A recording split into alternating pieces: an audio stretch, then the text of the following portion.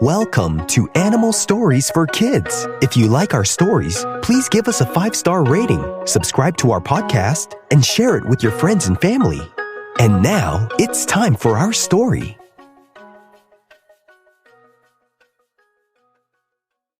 Once upon a time, there was an antlion named Hao. Hao the antlion lived in a small, dusty corner of a quiet forest.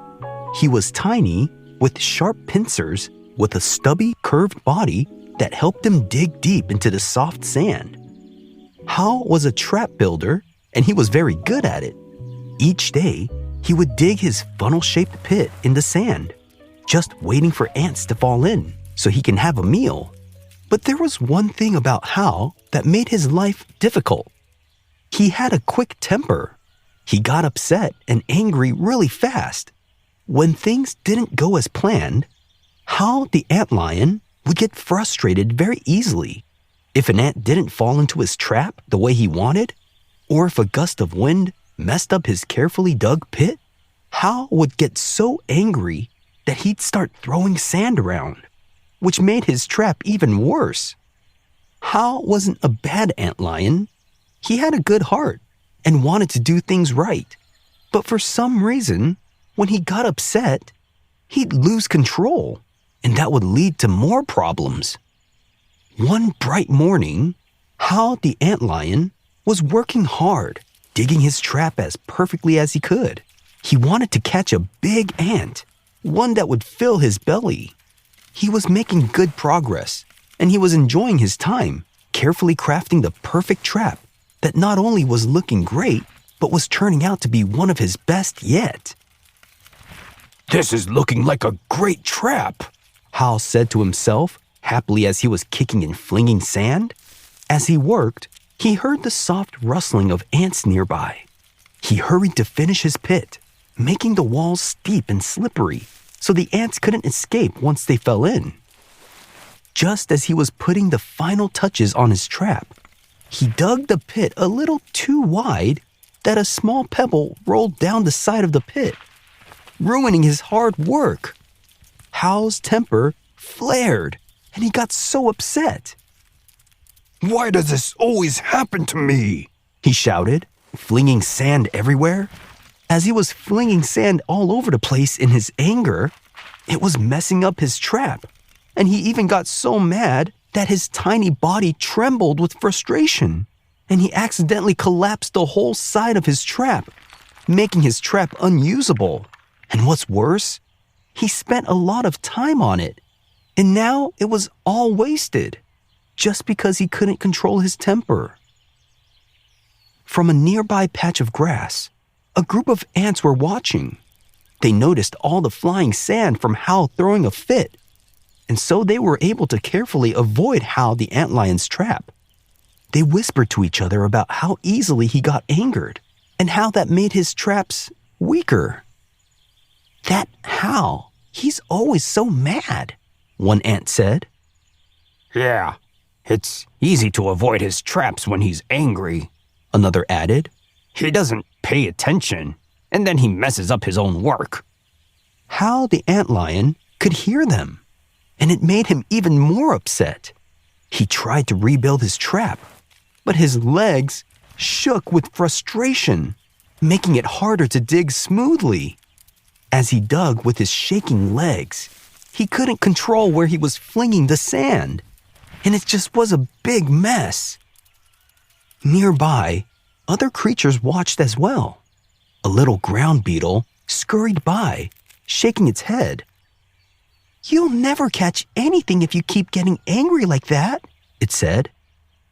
"I don't care," Hao the antlion snapped, throwing more sand around. "I'm doing my best, but nothing is working." The beetle paused for a moment and said, "Sometimes it's better to slow down, stop, and slowly count to 10, and try to calm yourself by thinking before you act. You don't want to ruin things just because you're upset." Hao ignored the beetle's advice and kept working while he was mad. But now, his trap was a mess. The sides weren't steep enough again, and the ants could easily crawl out of it if they fell in.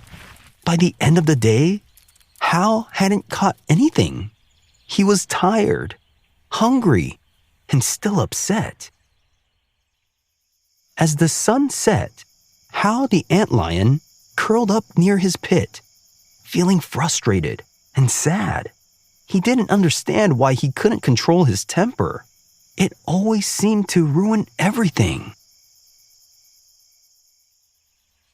The next morning, Hal tried again. He felt better from the sleep, and he happily started to dig a new trap. This time, taking extra care with each scoop of sand.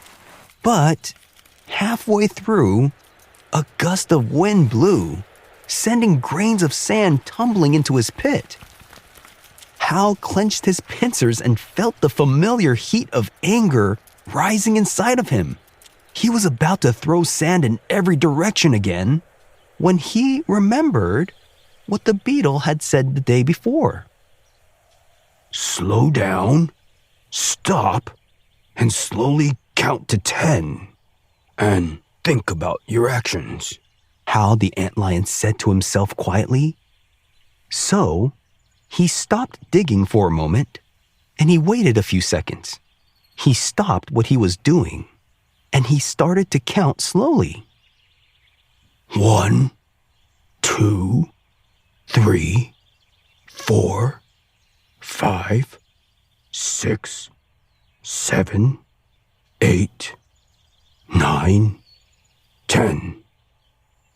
His body stopped shaking, and the anger inside him started to go away, and he thought about his actions. After a few moments, he looked around. The pit was still a little messy, but it wasn't ruined. He could still fix it. Hal carefully pushed the sand back into place, gently making the sides of his trap steep again. It wasn't perfect, but it was good enough. Not long after, an ant wandered by, unaware of the trap, and it tumbled down the steep sides trying to escape. Hal the antlion waited, still feeling a little nervous, but instead of panicking, he stayed calm. He slowly flicked sand at the ant. Soon enough, the ant was stuck at the bottom of the pit, and Hal was able to catch his meal. For the first time in a long while, Hal the antlion didn't feel frustrated. He felt proud.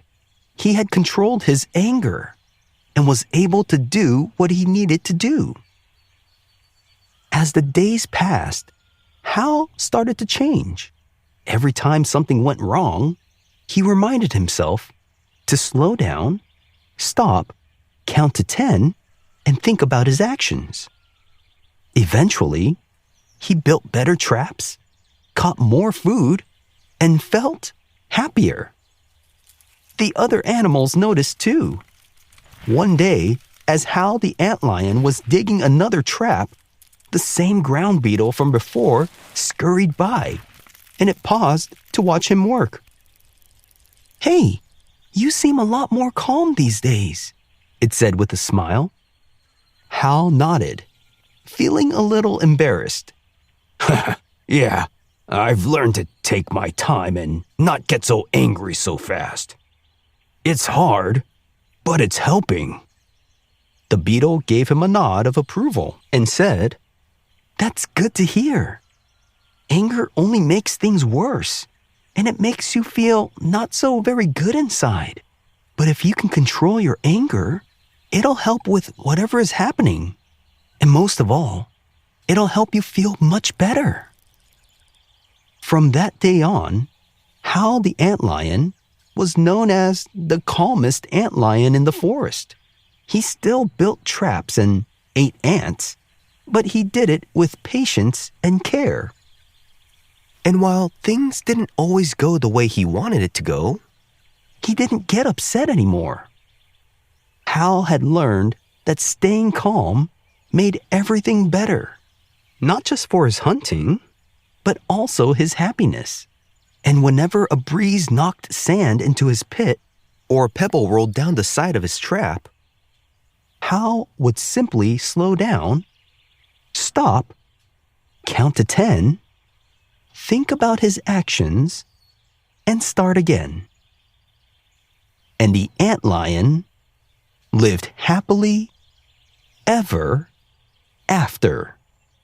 The end.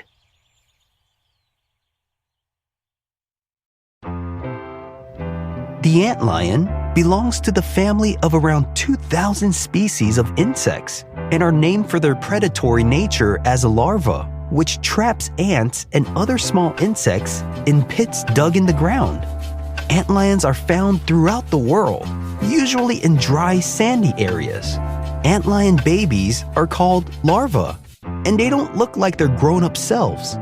As adults, they look more like small dragonflies and are actually in the Neuropteran family Myrmeleontidae. The Myrmeleontidae family is the most well-known family of Neuroptera, and they're named after the larva in the genus Myrmeleon. The name Myrmeleon is a Greek word that means antlion. Adults are known sometimes as antlion lacewings, and they mostly fly around at dusk or just after dark and can be mistaken for little dragonflies or damselflies. They're called antlions because they eat ants by catching them in traps that they dig in the sand. Antlions like to live in sandy, dusty places like deserts, forests, or under rocks and trees. They need soft soil to make their traps. You can find them all over the world. Antlions dig tiny pits to trap ants. These pits are funnel-shaped, and when an ant falls in, the antlion grabs it with its strong jaws. After eating, they throw out the ant's leftover parts. They only eat what they need and toss the rest away. Antlions are usually very patient, and they can wait for days for an ant to fall into their pit. Antlions are small, about 1 inch long, when they're a larva, and as adults, they stop catching ants and they drink nectar instead. Antlions start as eggs, and once they hatch, they become larvae, which is when they dig pits and catch ants. After eating a lot, they spin up a cocoon using silk and sand, where they turn into adult antlions. As adults, they fly around to mate, lay eggs, and the whole life cycle starts again.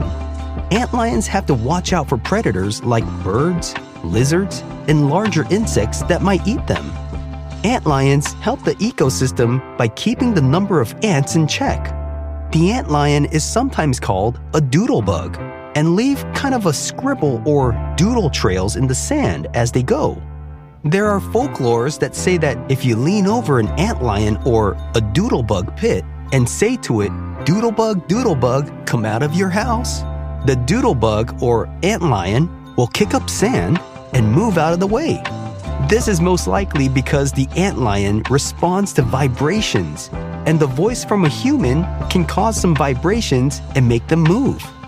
Antlions dig pits that are about 2 inches deep and about 3 inches wide at the edges. These antlion larvae crawl backwards when they make their traps, using its abdomen to dig up the soil and fling it with its legs. And they keep digging this way in a circle as it digs downward in a funnel shape, creating a pit that has loose sand on it and gets deeper and deeper. And when the pit is completed, the antlion larva settles in the bottom and buries itself in the soil. When an ant comes into the pit, the sand is so loose that it becomes so slippery that the ant can't get out. And once the antlion larva detects that an ant is in its trap, it starts flinging sand, making it even harder for the ant to climb out. Antlion larvae are able to eat more than just ants. They eat other insects and can even eat small spiders. Antlions can also play dead when there's a predator around. The antlion larvae have a plump abdomen with a thorax that has 3 pairs of walking legs. It has a flat head that has pincer-shaped jaws that are sharp. The antlion has also been an inspiration for all sorts of stories throughout history. Sometimes you could find antlion pits by looking for cone-shaped holes in loose sand or soil. Have you seen a real-life antlion before? If you have, where did you see it? Thanks for listening to Animal Stories for Kids. If you like our stories, please give us a 5-star rating, subscribe to our podcast, and share it with your friends and family. Until next time, bye!